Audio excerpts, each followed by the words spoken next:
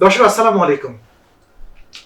বর্তমান পৃথিবীতে যে ইস্যুটি নিয়ে সবচেয়ে বেশি আলোচিত সেটি হচ্ছে ইরান, ইসরায়েল এবং যুক্তরাষ্ট্র সংঘাত। এই সংঘাতের ফলে হরমুজ প্রণালীতে তেল পরিবহন যেভাবে ব্যাহত হচ্ছে, এর ফলে সারা বিশ্ব জুড়ে জ্বালানির সংকট দেখা দিয়েছে, যার একটি প্রভাব পড়েছে বাংলাদেশেও।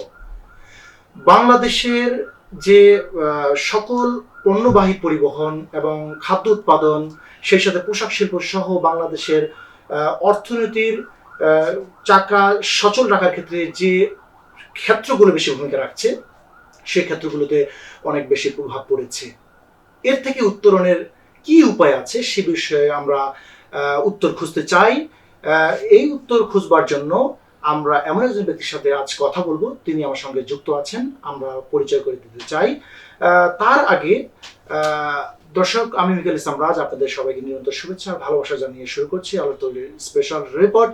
এই মুহূর্তে আমি কথা বলছি নারায়ণগঞ্জের টোকিও প্লাজা থেকে। দর্শক, চলে যাচ্ছি আজকের অতিথি মহোদয়ের কাছে। আমার সঙ্গে যুক্ত আছেন বাংলাদেশ ফ্লাওয়ার মিল অনার্স অ্যাসোসিয়েশনের নবনির্বাচিত প্রেসিডেন্ট এবং নিমসদ গ্রুপের ব্যবস্থাপনা পরিচালক, সেই সাথে বাংলাদেশ কার্গো ভেসেল অনার্স অ্যাসোসিয়েশনের যুগ্ম সম্পাদক আলহাজ মোহাম্মদ সোহাগ। আসসালামু আলাইকুম। ওয়ালাইকুম আসসালাম। কেমন আছেন? জি ভালো। আপনাকে শুরুতে ধন্যবাদ জানাচ্ছি যে শত ব্যস্ততার মাঝেও আমাদের এই আজকের আয়োজনে সময় দিয়েছেন।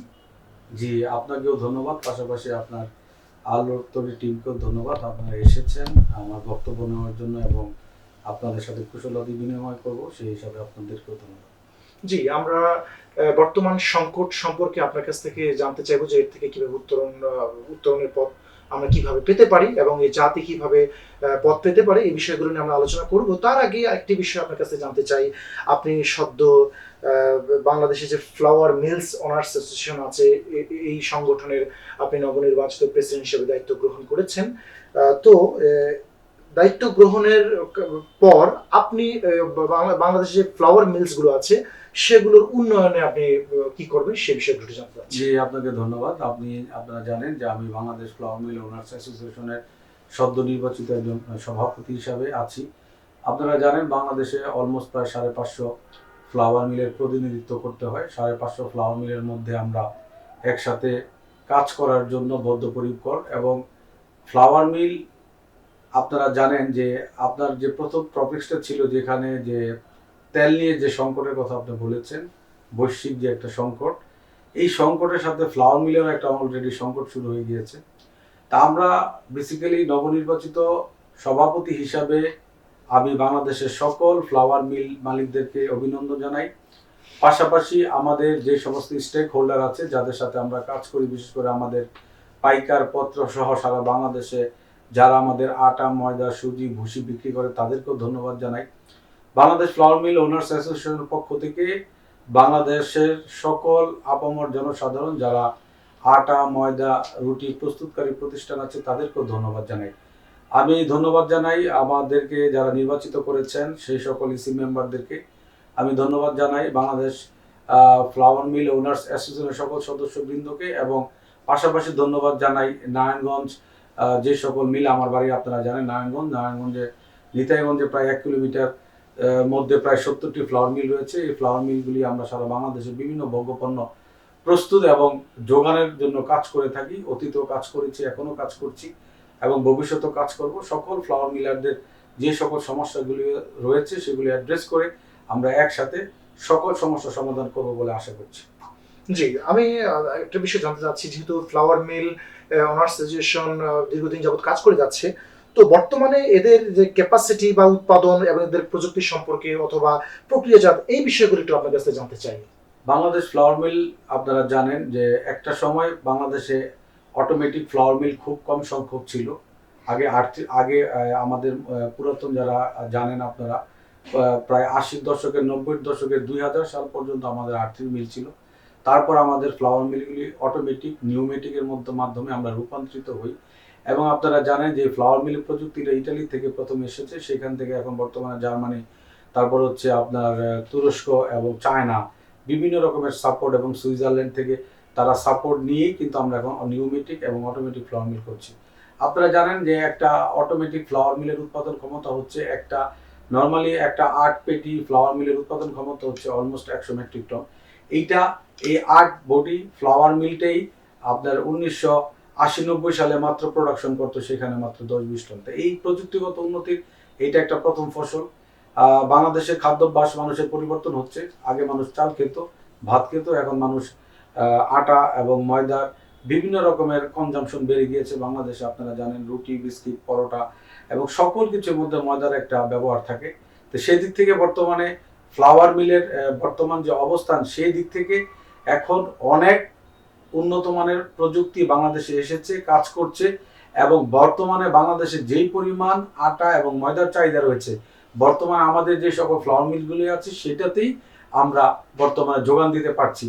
তবেও ভবিষ্যতে নতুন নতুন আরো অনেক প্রযুক্তি আসছে। এই প্রযুক্তির মাধ্যমে আমরা আরো উন্নত প্রযুক্তিতে যাওয়ার পরিকল্পনা হাতে নিয়েছি। দেশে যে পরিমাণ চাহিদা আছে আপনারা কি সেটা মেটাতে পারছেন? যে পরিমাণ চাহিদা আছে তার চাইতে বেশি পরিমাণ আমাদের যোগান রয়েছে। আটা ময়দার দাম আপনারা দেখবেন 1 লিটার পানির দাম 30 টাকা, অথচ 1 কেজি ময়দার দাম, আটার দাম 30 টাকা 32 টাকা পাওয়া যায়। সুতরাং পানির দামে আটার দাম, এটা বাংলাদেশের আর অন্য কোনো প্রোডাক্টে নেই।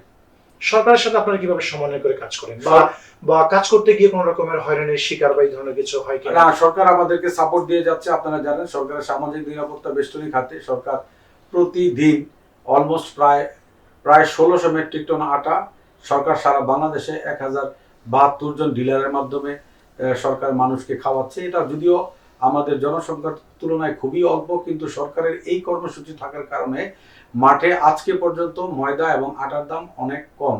এটার একটাই কারণ হচ্ছে সরকার আমাদেরকে বিভিন্ন রকমের এই ফ্লাওয়ার মিলের মাধ্যমে আটা পেশাই করে কার্যক্রমগুলি মানুষের দোরগোড়ায় পৌঁছে দিচ্ছে এবং সারা বাংলাদেশে সেটা ব্যাপক জনপ্রিয়তা পেয়েছে। আপনারা দেখেছেন ওএমএস এর মাধ্যমে সরকার, টিসিবির মাধ্যমে সরকার আটা ডেলিভারি দিচ্ছে। এই সমস্ত মিলের আটাগুলি আমাদের এই মিল মালিকরাই পেশাই করে সরকারকে দিচ্ছে। সরকারের এই সহযোগিতা, যেমন আমাদেরকে সরকার আমাদের কাছ থেকে ক্রাশিং করে নিচ্ছে, আমরাও সরকারকে এটা বিশাল একটা সাপোর্ট দিয়ে যাচ্ছে আজকে অনেকদিন যাবত। এই শিল্পকে এগিয়ে নিতে আপনি একজন নবনির্বাচিত সভাপতি হিসেবে আপনি সরকারের উদ্দেশ্যে কি ধরনের কি মেসেজ আছে আপনার সরকারের উদ্দেশ্যে, এবং কি ধরনের সহযোগিতা আপনি প্রত্যাশা করেন? আমরা বর্তমানে যে সকল ফ্লাওয়ার মিলার আছে, আমাদের একটাই চাওয়া, সেটা হচ্ছে আমাদের বিদ্যুৎ উৎপাদনের ক্ষেত্রে এবং বিদ্যুৎ আমাদের দেওয়ার ক্ষেত্রে অবশ্যই সরকারকে খেয়াল রাখতে হবে যে যে সমস্ত ইন্ডাস্ট্রিয়াল এরিয়ায় আমাদের রয়েছে, আমাদের প্রোডাকশন এবং উৎপাদন অব্যাহত রাখার জন্য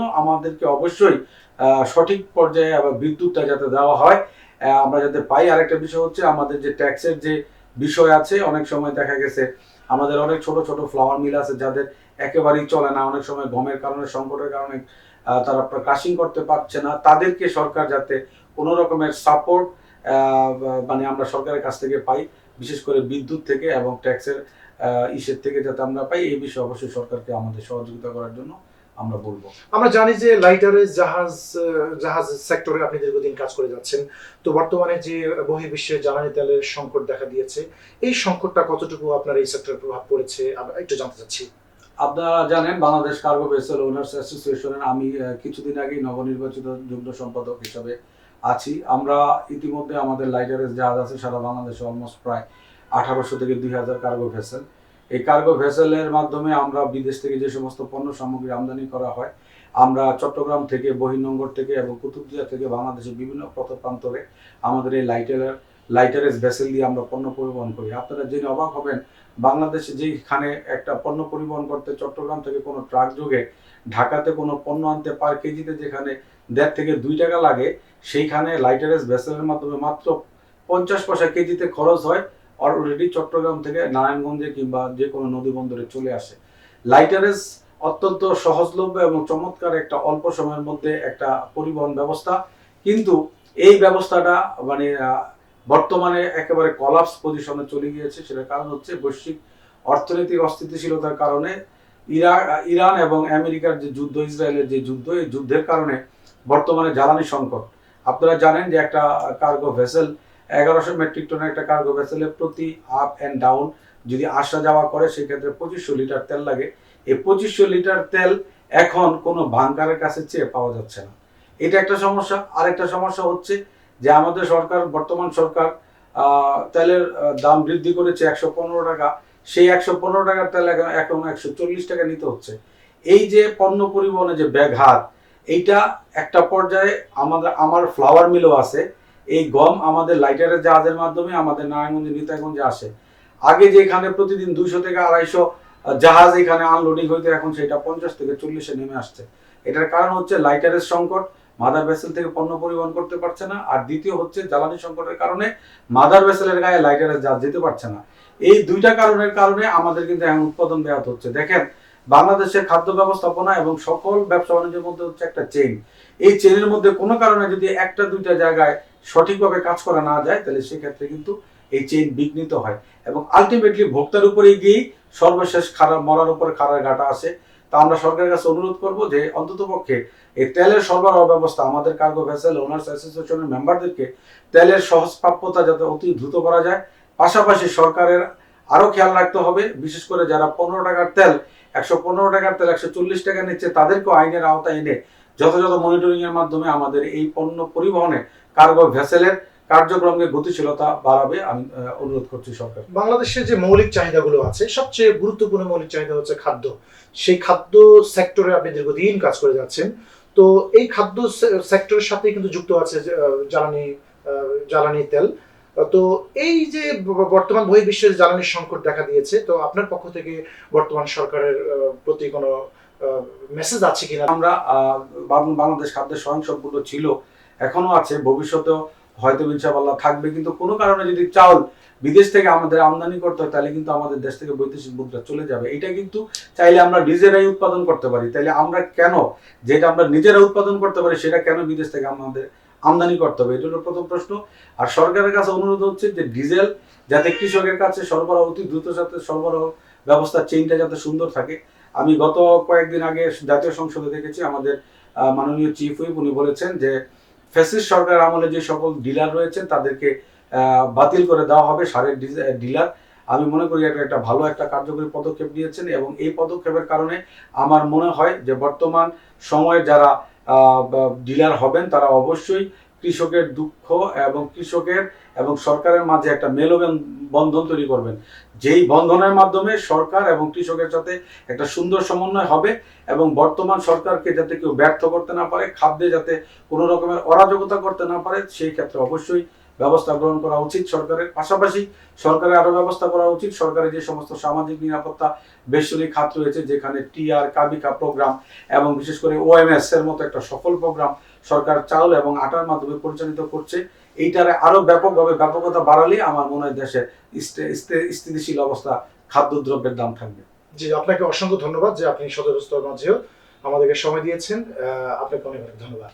ধন্যবাদ আপনাকে। জি দর্শক, আমরা এতক্ষণ কথা বলছিলাম বাংলাদেশ কার্গো ভেসেল অ্যাসোসিয়েশনের সম্মানিত যুগ্ম সম্পাদক এবং নবনির্বাচিত সদ্য নির্বাচিত বাংলাদেশ ফ্লাওয়ার মিল অ্যাসোসিয়েশনের সম্মানিত সভাপতি মিমশো গ্রুপের সম্মানিত ব্যবস্থাপনা পরিচালক আলহাজ মোহাম্মদ সোহাগ। তিনি আমাদেরকে যেমনটি বলছেন যে বাংলাদেশের মৌলিক চাহিদাগুলোর মধ্যে একটি অন্যতম হচ্ছে খাদ্য। এই খাদ্যের সাথে জ্বালানির অনেকটা সম্পৃক্ততা রয়েছে। এটি যদি সংকট দেখা দেয় তাহলে আমাদের অনেকটা বিপাকে পড়তে হবে। যেন এর সাথে জড়িয়ে আছে কৃষি থেকে শুরু করে বিভিন্ন সেক্টর, যেন কোনোভাবেই যেন জ্বালানি তেলের ব্যাহত না হয় এই সেক্টরগুলোতে। তিনি এটি আমাদেরকে জানানোর চেষ্টা করেছেন। সেই সাথে তিনি লাইটারেস জাহাজ অর্থাৎ পণ্যবাহী নৌযানের সাথে দীর্ঘদিন যাবত কাজ করে যাচ্ছেন। সেগুলো জ্বালানি সংকটের অভাবে, জ্বালানি সংকটের কারণে সেই লাইটারেস জাহাজগুলো একরকম ব্যাহত হচ্ছে তাদের পণ্য পরিবহনের ক্ষেত্রে। তো সেগুলো যেন কোনোভাবেই ব্যাহত না হয় তিনি বাংলাদেশ সরকারের কাছে অনুরোধ জানিয়েছেন এই সেক্টরগুলো যেন সবসময় সচল রাখা যায়। দর্শক, নতুন একটি ভিডিওতে আবারও দেখা হবে। সে পর্যন্ত ভালো থাকুন, সুস্থ থাকুন এবং নিরাপদে থাকুন। আল্লাহ হাফিজ। আসসালামু আলাইকুম ওয়া রাহমাতুল্লাহ।